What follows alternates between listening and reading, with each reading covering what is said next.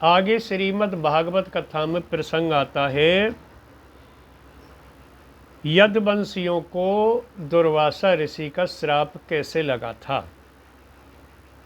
एक दिन कुछ उद्दंड राजकुमार जाम्बवती सांब के पुत्र को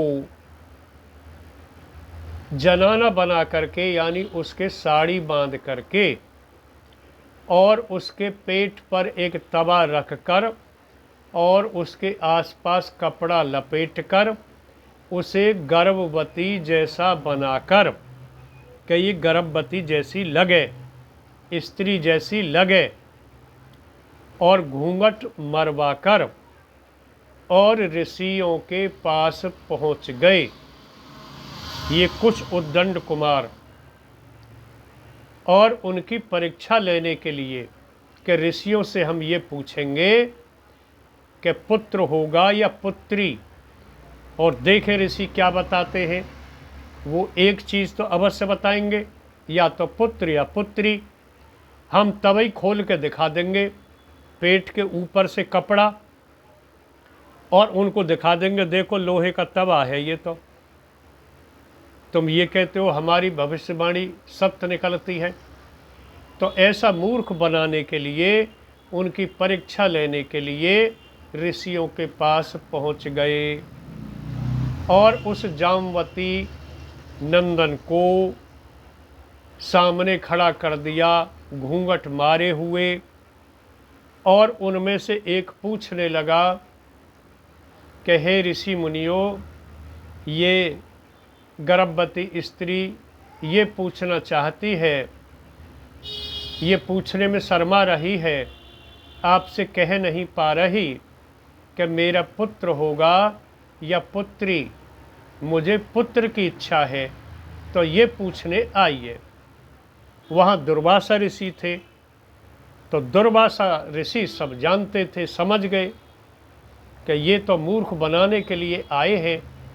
वो तो अंतर्यामी थे, तो उन्होंने श्राप दे दिया कि ये न पुत्र जन्मेगी न पुत्री, ये एक ऐसा लोहे का मूसल जन्मेगी जो तुम्हारे कुल का नाश करेगा। जब इनको ये श्राप लगा तो ये एकदम पीछे हटे और वहीं थोड़े से हट करके देखा कि अभी देखते हैं। देखा तो उस तवे का और लोहे का मूसल बन गया। अब तो ये डर गए और भयभीत होकर के अब ये दोबारा ऋषियों के पास नहीं गए और वहाँ से चले आए।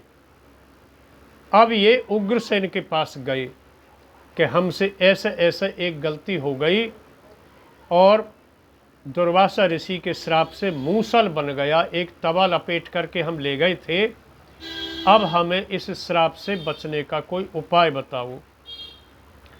उग्रसेन ने बताया कि देखो ये ऋषि श्राप है, ये अवश्य पूरा होगा, टल नहीं सकता, लेकिन फिर भी मैं अपनी बुद्धि से तुमको एक उपाय बताता हूँ कि इसको तुम कूट पीट करके चूर्ण बना करके समुद्र में फेंक दो। तो इन्होंने कूट पीट करके उस लोहे को, मूसल को, और समुद्र में फेंक दिया। लेकिन वो लोहे के चूर्ण के कण वो उपज आए, पेड़ बन गए उनके। उन पेड़ों का नाम आया है श्रीमद् भागवत में ऐरक के पेड़, ऐरक के पेड़। और एक दिन ये उद्दंड कुछ राजकुमार समुद्र के किनारे जाकर के और आपस में झगड़ा करने लगे, मदरा पीने लगे। मदरा पी करके झगड़ा किया, वाद विवाद बढ़ गया और मारपीट शुरू हो गई, और उन्हीं ऐरक के पेड़ों को उखाड़ उखाड़ करके एक दूसरे पर वार किया, और वार करने से बहुत मारे गए। यानी इस प्रकार ऋषि का श्राप पूरा हुआ। तो ऋषियों के श्राप ऐसे हैं कि ये अटल होते हैं। तो इससे यहाँ ये सीख मिलती है, कभी भी किसी ऋषि का अपमान नहीं करना चाहिए, परीक्षा नहीं लेनी चाहिए, न गुरुओं की परीक्षा लेनी चाहिए, उनका अपमान करना चाहिए, न माता पिता का अपमान करना चाहिए। इनके मुंह से जो निकल जाता है वो सत्य होता है।